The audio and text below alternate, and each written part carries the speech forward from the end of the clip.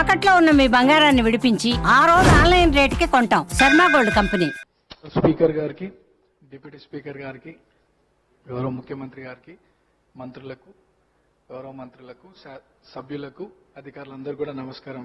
Speaker sir, first time మాట్లాడుతున్నందుకు చాలా హ్యాపీగా feel అవుతూ మీకు ధన్యవాదాలు తెలియజేస్తూ, గత 2 సంవత్సరాల క్రితం ఇదే సభలో గౌరవ ముఖ్యమంత్రి గారు ఒకానొక సందర్భంలో పేరు ప్రస్తావించడం, 2 సంవత్సరాల లోపే ఇక్కడ ఈ సభలో తోటి సభ్యుడిగా రావడం చాలా అదృష్టంగా, గౌరవంగా భావిస్తూ అధ్యక్ష, మా సామాన్య కుటుంబం నుండి వచ్చినటువంటి నాకు ప్రజాసేవ కల్పించే అవకాశం కల్పించినటువంటి మా ముఖ్యమంత్రి గారికి, కాంగ్రెస్ పార్టీ పెద్దలకు ఈ అవకాశాన్ని స్వాగతిస్తూ మా ప్రాంత ప్రజలందరూ కూడా నన్ను ఆశీర్వదించి సభకు పంపించడం వల్ల అందరికీ కూడా మనసారా కృతజ్ఞతలు తెలియజేస్తూ, సార్, ఈ సభలో మాట్లాడే ప్రతి మాట, ప్రతి అంశం కూడా ప్రజల జీవితాలతో ముడిపడింది కాబట్టి సభ గౌరవిస్తూ, సభ మర్యాదలను పాటిస్తూ ముందుకు సాగుతానని, మా ప్రాంత ప్రజల యొక్క సమస్యలు పరిష్కరించడానికి గౌరవ ముఖ్యమంత్రి గారి ఆశీస్సులతో, సలహాలు, సూచనలతో మా ప్రాంత ప్రజల సమస్యలు పరిష్కరిస్తూ వారి సంక్షేమ అభివృద్ధి కోసం సాగుతాను ముందుకి.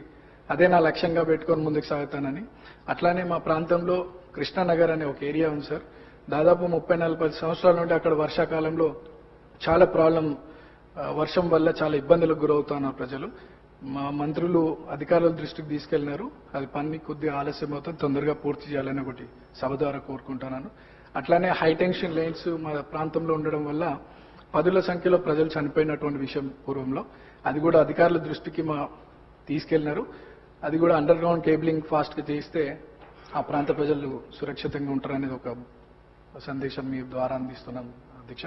అండ్ చాలా మంది పిల్లలు కూడా అక్కడ చదువుకొని 10th తర్వాత ఫైనాన్షియల్ ప్రాబ్లం వల్ల చదువుకోలేని పరిస్థితి. సో అక్కడ ఒక ఇంటర్మీడియట్ అండ్ డిగ్రీ కాలేజ్ కూడా వస్తే బాగుంటుందని ఒక అభిప్రాయం తెలియజేస్తూ నాకు ఈ అవకాశం ఇచ్చినటువంటి మీకు థ్యాంక్స్.